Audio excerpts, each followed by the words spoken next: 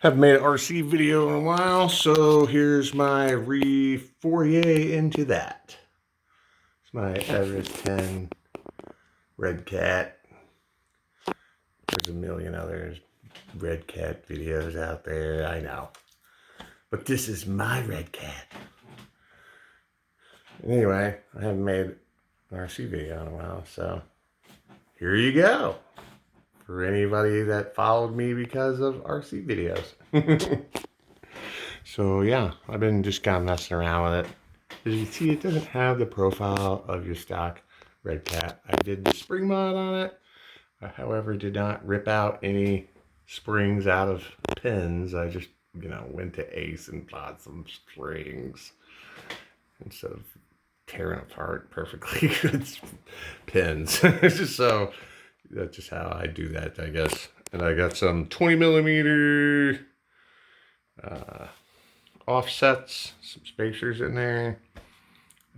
These work pretty good. They have grub screws that hold them on and nice long shafts to go in there. So those work really good. And I have the rear steering on this thing. And I swapped out the rear rods for the curved rods. And I'm not running the stock radio. I run my FlySky GT5. So that has four-wheel steering in it, and this thing also has a gyro and four-wheel steering.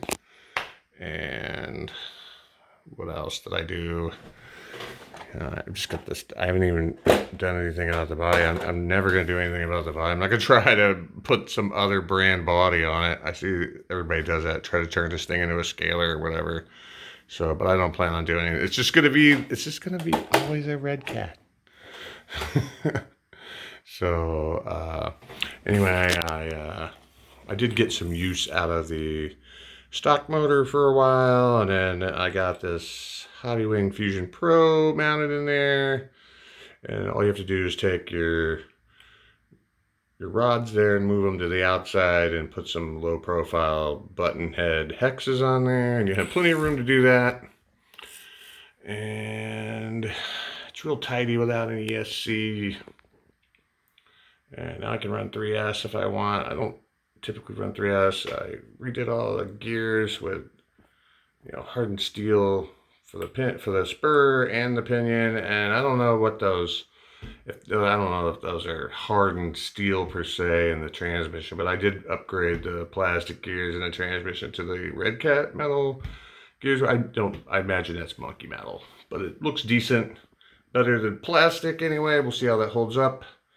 And the rear steering is just the exact same servo that comes with the front. And of course, they don't give you a freaking servo horn they don't give you anything with this servo. You buy the Hexfly freaking 15 kilogram servo, nothing. You just get the servo. They're just like, you're on your own for servo horns. So yeah, so I had to redo this. I just got a 2-pack and bought a couple of 25-2 aluminum jobs that match. So I can just do the front and the back, so they match. Same power. I got the ESC set up in this Hobbywing Fusion Pro for 7.4 volts, so they get pretty good.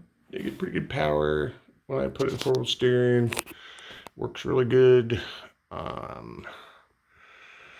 Yeah, it's been these are like listed as, people always ask what those are, and are chassis bulkheads.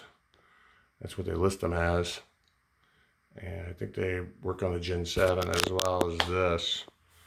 So they just kind of beef up that connection right there, and they just come black, and it's just plastic. So I painted mine red because I was going with some red accents.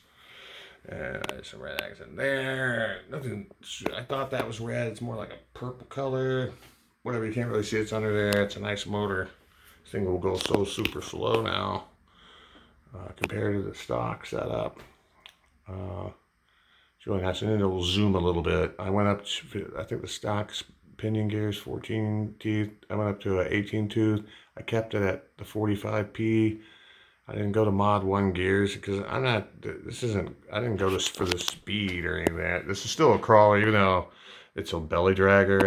I like the low profile of it. I just like to keep the center of gravity low, which by adding the CNC belly pan on there with this new motor and all the metal gears and the transmission has added some weight down low, I think. It's got a little more sag in it. Anyway, next thing I'll probably do is something about these shocks. I'm running 20 weight in there. There was hardly any oil in those shocks when I got the thing, when I did the spring mod, when I took them apart to do the spring mod. They were like half full of oil or whatever. So that's annoying. Right. And what else have I done to this thing? I think that covers it. These little extensions here, it's pretty common. And I've seen some other guys, they just go crazy and put rails on here, and some other guy makes this and it's all expanded, it cuts out. Right. I'm just good with this. Some desert lizards, probably, in the future. And some new kicks. And yeah, that's where I think I'll be in the future for this thing. The next moves, anyway. So yeah, I like this thing. I've gotten into crawling. I still have some of my other stuff. I have a crate and my highly modified Rustler. My old Rustler, it's like 15-year-old Rustler that will do like 100 miles an hour. I still have that thing. Yeah, it still runs. My Kin Block car and my Sprint 2 drift car. And now I have this. And I gave my Kyosho away to my